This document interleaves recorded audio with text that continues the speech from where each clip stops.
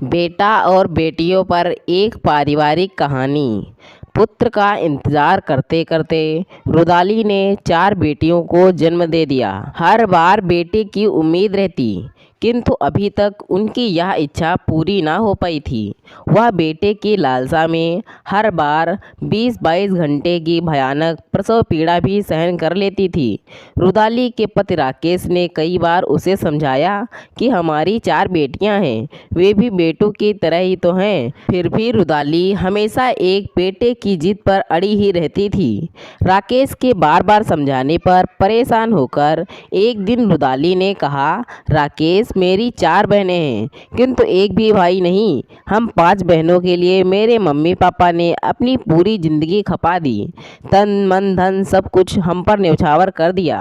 हमारा भविष्य बनाने में उन्होंने कोई कसर नहीं छोड़ी। हम सबका विवाह हो गया, हम अपनी अपनी ससुराल चले गए, अकेले बच गए पापा और मम्मी। हम चाहकर भी उनके बुढ़ापे की लाठी ना बन पाए। यदि उनका एक भी बेटा होता तो उन्हें यह दिन नहीं देखने पड़ते। वह उनके बुढ़ापे का सहारा जरूर बनता। बस इसलिए मुझे बेटा चाहिए, ताकि हम मेरे पापा मम्मी की तरह अकेले ना हो जाएं। इन चारों के ससुराल जाने के बाद एक दिन के लिए भी अगर इन्हें बुलाना होगा तो उनके सास ससुर और पति से हमें अनुमति लेनी होगी। वह भेजेंगे या नहीं, यह उनकी इच्छा पर निर्भर होगा। राकेश ने पुनः उसे समझाने की कोशिश करते हुए कहा, रुदाली, अब समय बदल गया है, अब ऐसा नहीं होगा। नहीं राकेश, यह सच्चाई है कि पालते पोसते हम हैं, पढ़ाते लिखाते हम हैं, लेकिन अधिकार उनका ही तो होता है। याद करो राकेश, मुझे बुलाने के लिए भी मेरी मम्मी तुम्हारी मम्मी से पूछती थी, और यह भी याद करो कि उन्होंने कितनी बार मुझे खुशी से भेजा, किंतु मुझे याद है कि कितनी बार मेरी माँ की आंखों से आंसू बहे। राकेश यह सब सुनकर चुप हो गया। रुदाली ने बहुत पूजा पाठ किया, कई मंदिरों के चक्कर काटे। आखिरकार भगवान ने उनकी सुन ही ली और रुदाली की मनोकामना पूरी हो गई। घर में ढोलक मंजीरे बजने लगे।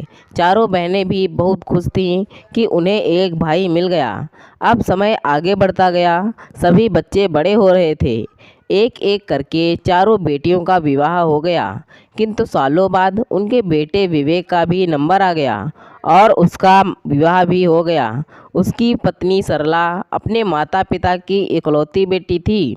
रुदाली सरला को बिल्कुल अपनी बेटी की तरह रखती थी, उसे बहुत प्यार करती थी। एक बार सरला की माँ की तबीयत बहुत ख़राब हो गई। डॉक्टर ने उन्हें 1 माह के बेड रेस्ट की सलाह दी। तब सरला के पिता मोहन ने रुदाली को फ़ोन करके कहा, रुदाली जी, 1 महीने के लिए क्या आप सरला को यहाँ भेजेंगी? उसकी मम्मी की तबीयत खराब है, डॉक्टर ने बेड रेस्ट के लिए कहा है। यदि सरला आ जाएगी तो मदद हो जाएगी। नाक मुंह सिकोड़ते हुए रुदाली ने जवाब दिया, समधी जी, 2-4 दिन की बात होती तो उसे मैं अवश्य भेज देती, किंतु 1 महीना उसके बिना हमारे घर का तो पत्ता भी नहीं हिलता। रुदाली का ऐसा व्यवहार देखकर राकेश हैरान होकर उसकी तरफ देख रहा था। राकेश से नज़रें मिलते ही रुदाली की नज़रें अपने आप ही नीचे झुक गईं। तब राकेश ने रुदाली के हाथ से फ़ोन छीनते हुए मोहन से कहा, आप चिंता ना करें, मैं आज ही सरला को आपके पास भेज देता हूँ। जब तक समधन जी की तबीयत ठीक ना हो जाए आप उसे वहीं रखिए। तब मोहन ने कहा, राकेश जी, बहुत बहुत धन्यवाद। अरे मोहन जी, धन्यवाद की क्या बात है, सरला आप ही की तो बेटी है। राकेश ने फ़ोन रखकर नाराज़गी दिखाते हुए रुदाली से कहा, तुम भी वही गलती कर रही हो रुदाली, जो दूसरे लोग करते हैं। मैंने तो सोचा था कि तुम अपने माता पिता का दुख देखकर ऐसा गलत कदम कभी नहीं उठाओगी, किंतु तुमने भी बेटे की माँ होने का और एक सास होने का एहसास सरला के पिता को करा ही दिया। मुझे तुमसे यह उम्मीद कतई नहीं थी रुदाली, काश तुमने कहा होता।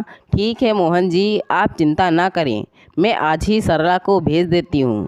शिक्षा, हमें सभी के हालातों को समझना चाहिए और हमेशा अपना ही स्वार्थ नहीं देखना चाहिए। तो दोस्तों, यह थी हमारी आज की कहानी। अगर यह कहानी आपको पसंद आई है तो कृपया इसे लाइक करें और कहानी पर अपनी राय देने के लिए इसमें कमेंट करें। दोस्तों ऐसी ही और कहानियाँ सुनने के लिए हमारे चैनल को सब्सक्राइब करें। धन्यवाद दोस्तों। Thanks for watching this video.